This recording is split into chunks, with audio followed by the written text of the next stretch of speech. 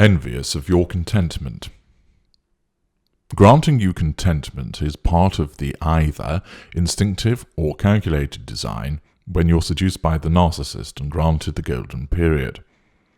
The provision of your contentment at that juncture in our entanglement provides control over you and the luscious positive fuel to flow in our direction, and all is well.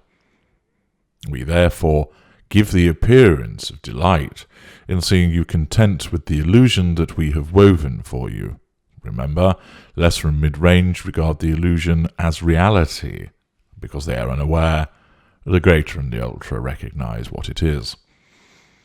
It is when you and us move into the stages of devaluation and thereafter disengagement that we regard your state of contentment in a wholly different manner.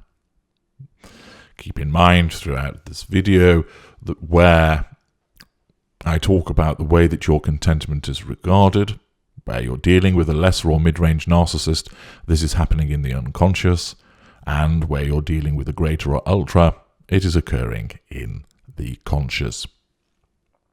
During devaluation, if we witness you appearing content, our envy surges. Envy is a narcissistic trait. You have it also, but yours is kept in check most of the time as a consequence of your empathic traits. We don't have any empathic traits to keep this rampant envious nature in place. Why should you be allowed to sit satisfied, happy and relaxed? Why do you not suffer the repeated unease of the desire to gain fuel when those supplies become low? We look across the room at you, your features composed in an expression of peace. The envy rises, and we despise the fact that you are sat in pleasant repose, seeming all at ease with the world. We invariably associate that your composed appearance is actually achieved in order to annoy and frustrate us. Of course, your contentment threatens our sense of control. And therefore the narcissism tells us that you're doing this on purpose, that you are deliberately trying to aggravate us. No, you see. You know, don't you, that we have this churning fury inside us which shifts and slides. You know that we have the growing hunger for fuel and how this creates a restlessness in us. You know all of this, and yet you sit there reveling in our discomfort. How dare you? If you cared about us at all, you wouldn't be enjoying that buck talking on the phone to a friend or watching your favourite television programme. You would be giving us fuel. You would be submitting to our control, not challenging it. No, if you loved us properly, then you would be ensuring that this restlessness that we experienced was banished and that our sense of power and might was reinstated. Your content state is being bandied about in front of us, teasing and provoking. You are mocking us because you are achieving something that is denied to us at that time or indeed any time. How dare you behave in this manner? How dare you forget about our needs? This is symptomatic of the selfishness we knew you possessed, and now you wave it in our faces, suggesting that somehow we are inferior to you. This will not do. Your contentment at this stage amounts to a provocation and threatens our control. You have achieved contentment whilst we experience restlessness. And you know this. Oh, we know that you'll pretend to be unaware of what you're doing, but we know your game. We're not fooled by these protestations of innocence, so that when we fling the dinner plate to the floor, shattering the plate in the silence, causing you to jump up in fright, you knew it was coming. The plate lies broken, and your contentment too, in one swift move, is therefore similarly smashed. You are not allowed to be content unless it is by our say-so, by our behaviour, by our determination. We want you on tenterhooks, your nervous eyes looking to us for approval and consent. Exhibit any sign of being relaxed, at ease or content, and you threaten our control, and therefore we are duty-bound to destroy that state as quickly as we possibly can. We will pick a fight, create an argument, call you a name, insult you, break something, interrupt you with a name-calling session, walk out and slam the door, and so many other actions, all inherently designed, through instinct or calculation, to remove you from your contented position and halt the threat to our control. In essence, when we see you like that, you are reminding us of what we cannot achieve at that time, and therefore we hate you for it. That reminder threatens our control and is not allowed to stand. It becomes worse when the relationship has ended. Whether you escaped us or we discarded you, there will come a point when we turn our sights on you again in order to extract that wonderful Hoover fuel. It may be weeks or months later, but we will have been undertaking observations in order to determine the most effective way of hoovering you. If we see you getting on with your life, radiating happiness and an air of contentment, it infuriates us hugely. How dare you seem happy without us? You are meant to be broken and distraught. That is how the aftermath is supposed to be. Admittedly, it usually is, but every so often we may find that one of our victims has seized the power and advanced his or her position, forging through the emotion and formulating their recovery. It may be the case that we have seen you on one of the few good days, the bad days, taking place where the world cannot see, but that does not matter to us. Should we witness you looking well, smiling, having lost weight, or looking fitter, dressing elegantly, meeting friends with laughter and smiles, this wounds the narcissist. You appear to have forgotten us, and that cannot be right. You are bound to us forever. Have you forgotten that this is the case? You are meant to be at our beck and call until the day either of us breathes our last.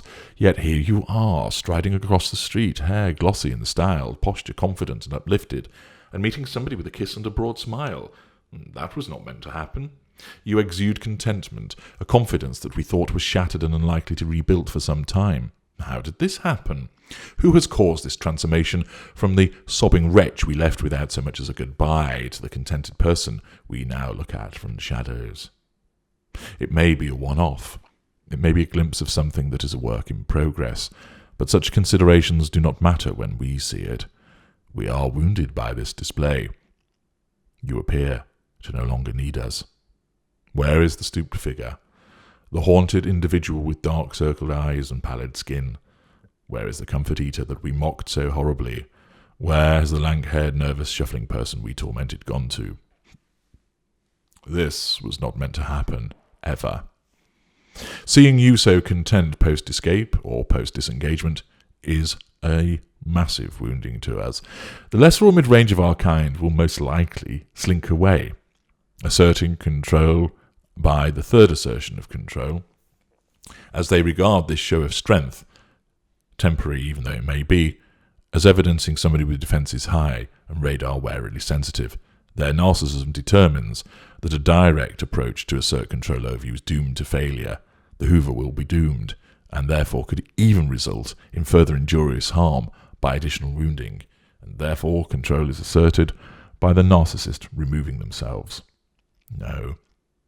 The lesser or mid-range narcissist will retreat and return to the new prospect that has been acquired and other sources of fuel, and, in effect, the narcissism dictates that any Hoover of you, the content individual, will meet with failure, and therefore it does not happen. The greater of our kind will seethe and glower, dismayed and wounded, of course, by this peacock performance. The greater will send baleful glares your way, as he or she formulates a way to pierce this shield of contentment. Schemes will be concocted once again in order to hammer your contentment into nothingness. The greater may, if sufficiently motivated, spring forward, and, unless malign actions for the purpose of drawing negative fuel prevail, adopting that, rather than seeking to draw the target back in, may be pleasant towards you. However, more usually, in such instance, the greater, with the fury ignited and calculating minds working away,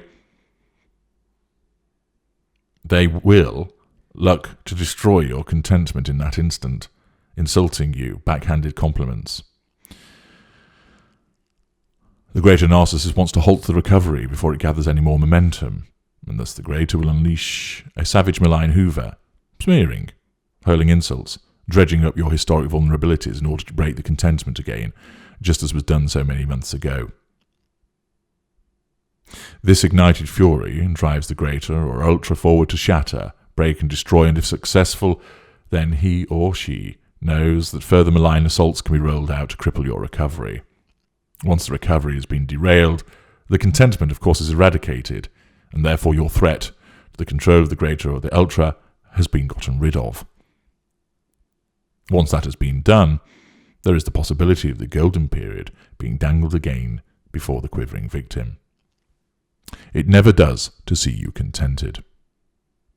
This is why, when we see it during your devaluation, you will invariably suffer an adverse reaction from us in order to affect your content behavior and to prevent the threat continuing of what we see as a threat to our control. Remember, less from mid-range, this is in the unconscious, greater and ultra, it is conscious. Following the cessation of the wounding, following the cessation of the relationship, it wounds us considerably to see you content, and the response that it generates depends on the type of narcissist that you're entangled with. Less from mid-range, you're likely to withdraw and seek fuel elsewhere. The greater and ultra is likely to approach you and dole out a malign hoover to dent and derail your contentment. The maintenance of your contentment is a threat to our control and must be dealt with in some form to prevent its continuing impact upon us. I'm H.G. Tudor. Thank you for listening.